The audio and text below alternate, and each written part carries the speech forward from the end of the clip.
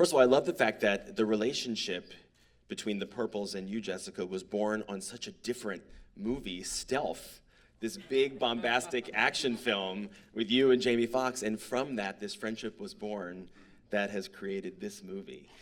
You know, this is a film that was a long time coming, and I think with a lot of films like this, there are obstacles with them, and there are guardian angels that come in and save the day. So the first question I have is for the two producers on the panel, Jessica and Michelle. What were the biggest obstacles over the years as far as getting this to the screen, and who were some of the angels without whom we wouldn't be here today? You want to say it on 3? 1, 2, 3. Financing. Financing. This thing came together and fell apart and came together and fell apart. I mean, countless times over 10 years. And it just never, we never seemed to be able to have both elements, financing and cast. And then it became that weird, well, is it the chicken or the egg thing? Because if you don't have the financing, then the cast doesn't get on. But then if you don't have the cast, the financing doesn't get on. So you just are standing there going, well, what do I do now? Right. I think that's a lot of the problems when you're trying to make an independent film. And Bill, you've worked on so many different kinds of films as a first AD, as a second unit director. Besides allowing you to step into the director's chair, what did this project allow you to do that you'd always wanted to do? Make or feature. This, you know, like I said, it took 10 years and this was not great when we started. And, you know, just tell the story. When I came across the script and we started developing it, I just I felt an ownership of it. I was like, well, this is gonna take 40 years, but we're gonna tell it because I wanted it out there. I think the biggest lesson I learned in this was sort of because of the limitations of an independent film. You know, sort of having a background in sort of larger budget studio-driven stuff where you have a lot of the toys and the time and the money. You have to learn to make your limitations your advantages. And that gives you incredible freedom as soon as you sort of let go of trying to like hold on to something so specific, and then you're open creatively to so many more things, and it's a fun space to be in. Justin, I'm definitely buying the soundtrack to this film. Congratulations on your work. I know as couples, you guys are all friends, so did you ask to do this, or were you asked to do it? Bill and I had talked about this movie a lot when I was a little bit younger, and what it meant. And he always said to me, he goes, "Hey man, if we ever get this movie off the ground and we ever make it, have you ever thought about scoring a movie?" And I said, well, I've thought about it like a million times, but I never thought that I would have the opportunity to ever do that. And he said, well, if we make this movie, you should just compose the music for it. And I was like, yeah, that sounds easy. Oh my God. But you know, we talked a lot about different scores and how they could make sense for a film, and that's sort of where we started with it. If there's a score that I thought I heard echoes of at some point, it was Thomas Newman's score for American Beauty.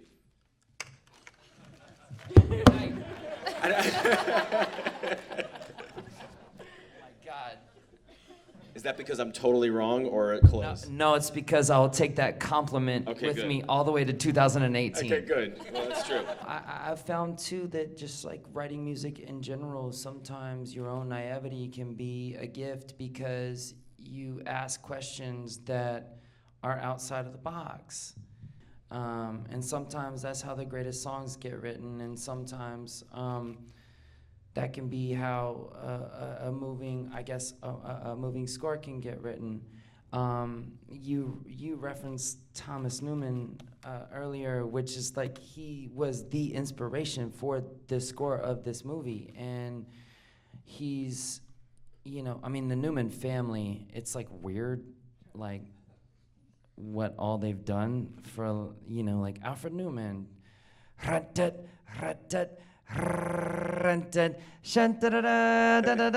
Yeah, I mean, you know what that means. Like, that's the 21st century. I mean, that's the 20th century Fox. Like, Alfred Newman did that, right?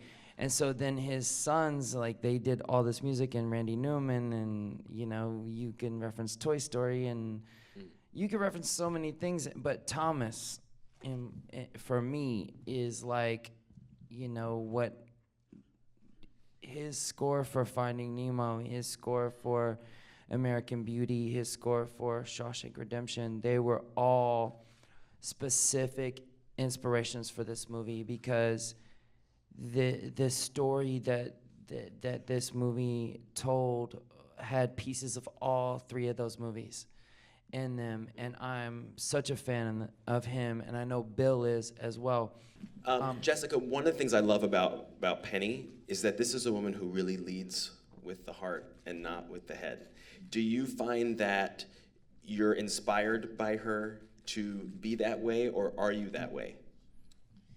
No, I feel that she's an inspiring character in that way, absolutely. She's spontaneous, she's charismatic, she's that person that would probably leave her entire life on a whim to go live in another country or live on a boat, or, you know, do something crazy.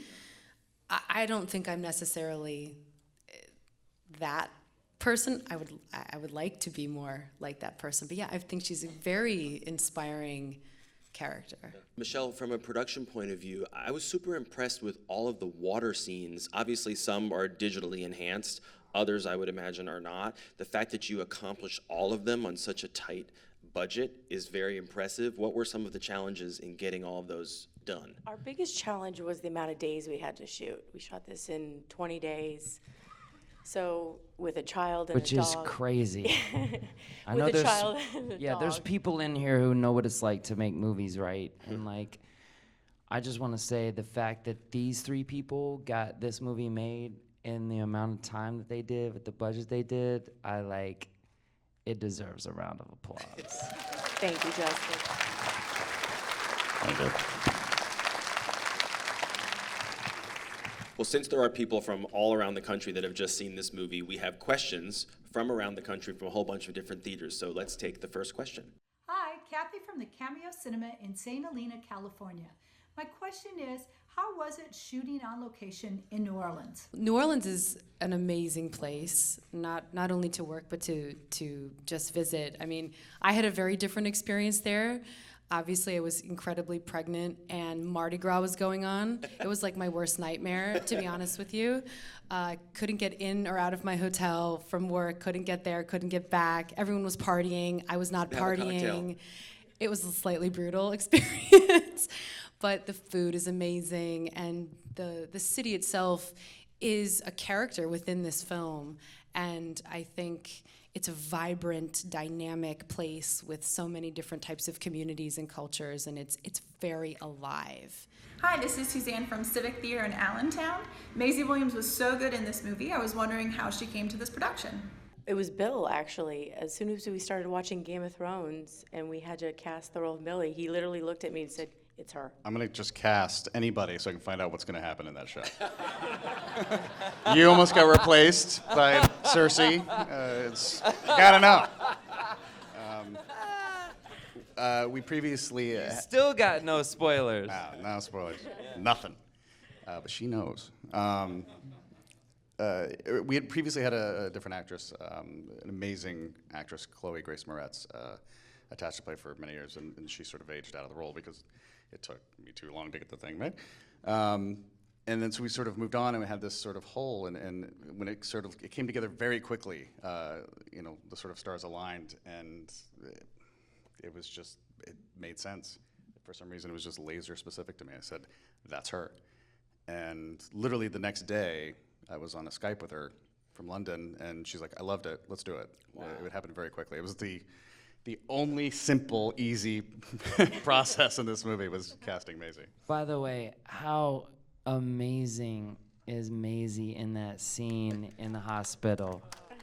I mean, I had to watch that scene over and over and over again trying to score it, and I was like an adolescent like I couldn't stop crying. It's unbelievable. She's so unbelievable in this movie. I remember the first time we screened it at your house, and he's watching it, and right in that scene, dead silent through the whole film, and I'm like, does he like it? I don't know what he's gonna do. Is he gonna, I'm curious. And right at the end of the scene, you look at me and you go, you're a fucking asshole. That is He's literally, crying. yeah, it's literally, I turn around, I was like, you're a fucking asshole. In a good way. In a good Yes. way, in a good way. Hi, Mike Sedano here from the Showroom Cinema in beautiful downtown Asbury Park, New Jersey. We liked the device of ripping down one's house to build a raft. Please tell us more about that. Yeah, I think the sort of obvious metaphor is, you have to break yourself down to sort of rebuild yourself. That's literally what it was, and sort of how it always was in the script. So it sort of dovetailed nicely into this thing that they're actually physically building, and sort of letting the house that was, as an architect, something so important to them, and a sort of symbol of, when they're renovating it, a symbol of their future and what life they were going to have, and sort of having to let that go and tear it down and start anew. So that was sort of the hope. Hi, Sharon Neals here at the Bodecker Theater in Jesse's hometown of Boulder, Colorado. I was thinking this film reminds me of elements of Beasts of the Southern Wild and also Jake Gyllenhaal's performance in Demolition. What are your feelings about this? I mean, Beasts of the Southern Wild, I think, is a really beautiful film. And for me, yes, especially because of the sort of fable quality and the kind of surrealist elements of that film, that kind of magic-y element. We worked really hard in this film to kind of emulate a fable, emulate something that sort of lives above the fully groundedness of like the real reality, even though we're obviously dealing with really real stuff here. But that sort of, I don't know how you guys feel, but that kind of helped us to weave a bit of a different element along and through the story than just something super linear and very straightforward. Hi, this is Pat Schweiss from the Mary Fisher Theater in Sedona, Arizona. What was it like working with a new feature director? Well, this is a bit of We know Bill so well. This is what I'm going to say. This is a bit of a different experience because I think most of the time it's terrifying to work with a new feature director. You really hope that they know what they're doing, and you want to think that they do. And you know what? Most of the times they do, but sometimes you kind of get in a situation that you feel maybe unsupported or you're kind of out there on your own. This is a very different situation for me because I know Bill personally so well, and I know Michelle, and I trust Michelle and I to support our cast and our crew and the what we were going to do, and I just trust Bill implicitly. I know his interest in film. I know what he knows about film. I mean, we're really very close as friends, and I just had the utmost confidence in him that he would deliver, that he would not let me down, that he would guide me along the way when I didn't know what I was doing, which is most days, and couldn't remember anything. And it was a very unusual first director experience, in my opinion. I mean, as far as my inclusion in this film, I think we both worked. Bill and I had a lot of days where we were looking at each other like, well, have you ever done this before? No. Have you? No. What should we do?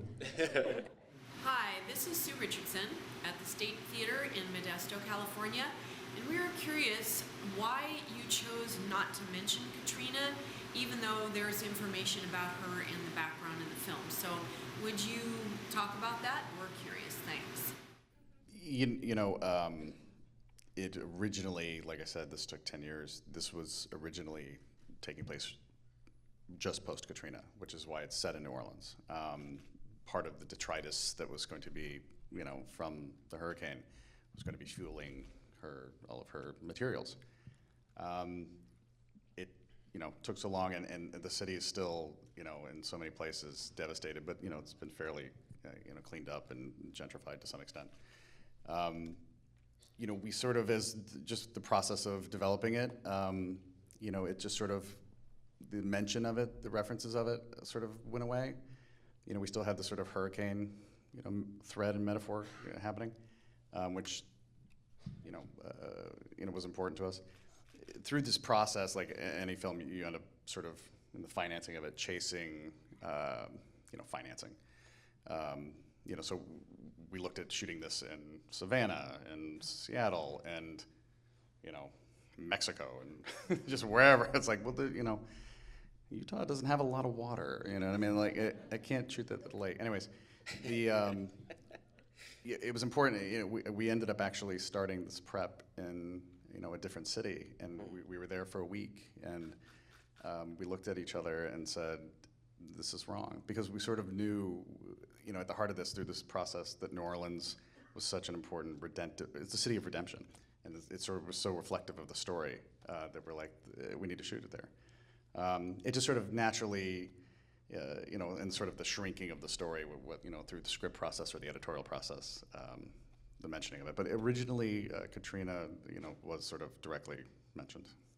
And then before we go, I just need to know, can I hold out any hope that that raft in real life is still intact, or did you have to disassemble it? It's actually in a storage facility Shoot, still. we gotta pay for that. No, yeah. It's still there, isn't it? Yeah, we have it. It's available for sale. Anybody want it? How much? Whatever you want to give us. Is it seaworthy?